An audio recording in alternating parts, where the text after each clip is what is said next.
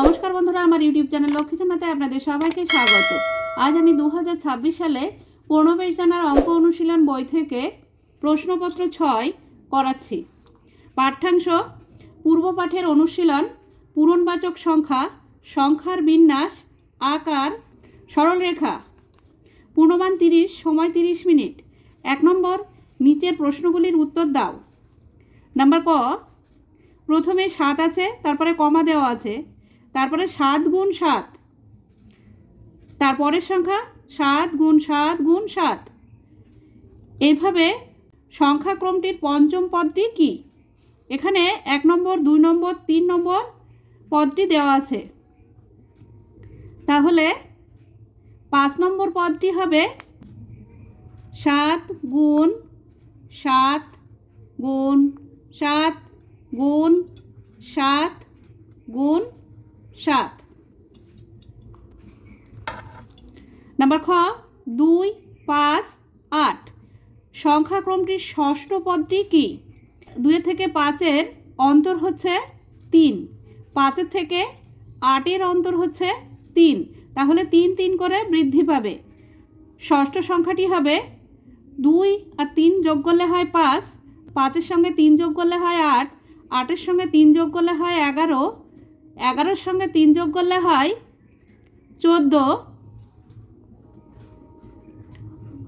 11, 11-এর সঙ্গে 3 যোগ করলে হয় 14, 14-এর সঙ্গে 3 যোগ করলে হয় 17, তাহলে ষষ্ঠ পদটি হবে 17।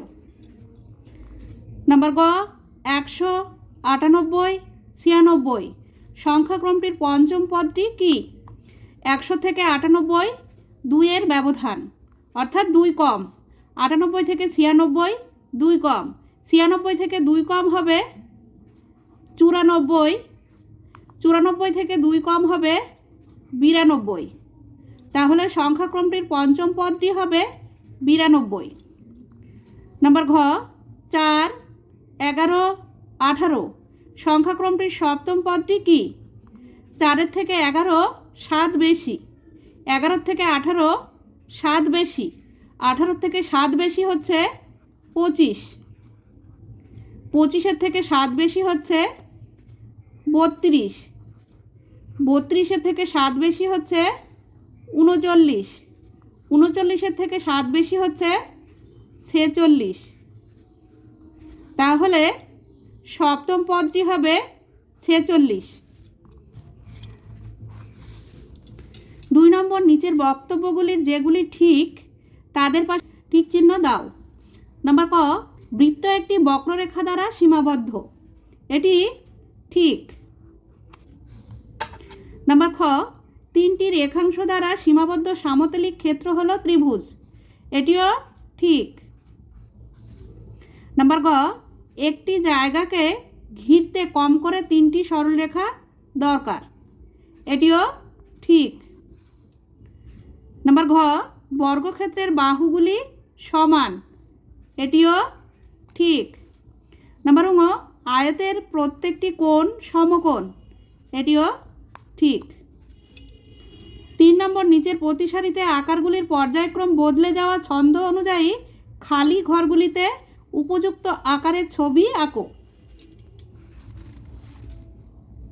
নাম্বার ক, এই যে তীর আছে, প্রথমে এদিকে আছে, তারপর নিচের দিকে আছে, তারপর এদিকে আছে, এবার উপর দিকে যাবে।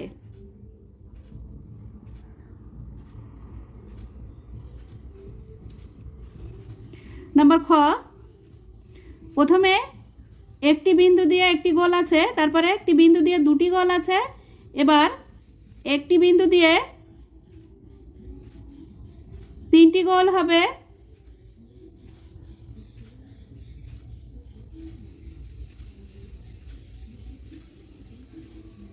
তারপরে একটি বিন্দু দিয়ে 4টি গোল আছে। নাম্বার গ, একটি আয়তক্ষেত্র আছে, দ্বিতীয়টি আছে আয়তক্ষেত্রকে 2টি ভাগে ভাগ করা আছে, তৃতীয়টি হবে আয়তক্ষেত্রকে 4টি ভাগে ভাগ করতে হবে। 4 নম্বর, একটি বাসে 55 জন যাত্রী ছিল, এক স্টপে 12 জন যাত্রী নামলো এবং 9 জন যাত্রী উঠল।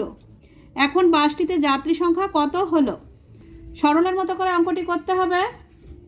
55 বিয়োগ 12, ফার্স্ট ব্র্যাকেট দিতে হবে, যোগ 9।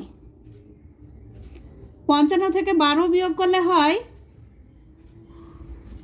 আমি এখানে বিয়োগ করে দেখাচ্ছি, 55 বিয়োগ 12, 2 থেকে 5 পর্যন্ত গুনলে হয় 3, 1 থেকে 5 পর্যন্ত গুনলে হয় 4, 43, 43 যোগ 9।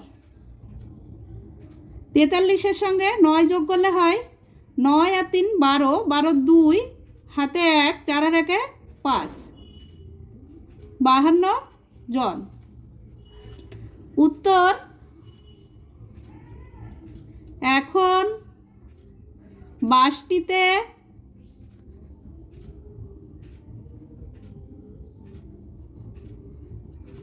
যাত্রী সংখ্যা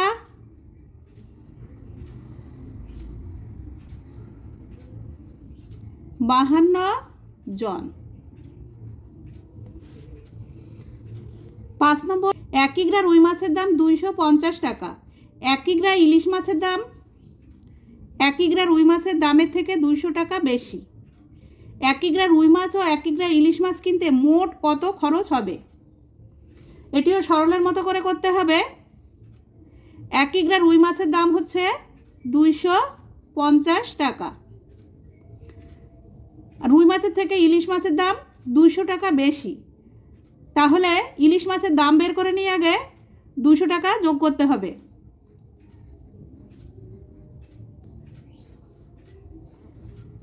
তারপরে ইলিশ মাছ ও রুই মাছ মিলে কত টাকা হলো সেটা বের করতে গেলে আবারও রুই মাছ যোগ করতে হবে, 250 টাকা যোগ করতে হবে।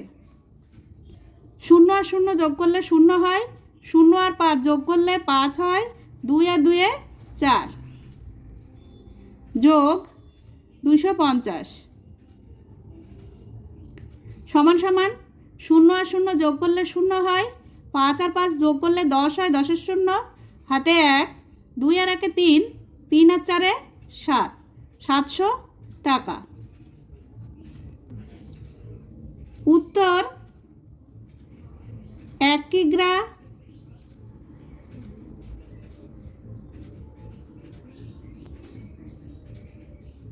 রুই মাছ ও 1 কিগ্রা ইলিশ মাছ কিনতে মোট 700 টাকা খরচ হবে।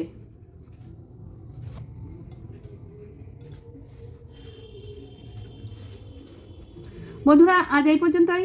ভিডিওটি ভালো লাগলে লাইক, কমেন্ট ও শেয়ার করবেন এবং চ্যানেলটি সাবস্ক্রাইব করবেন।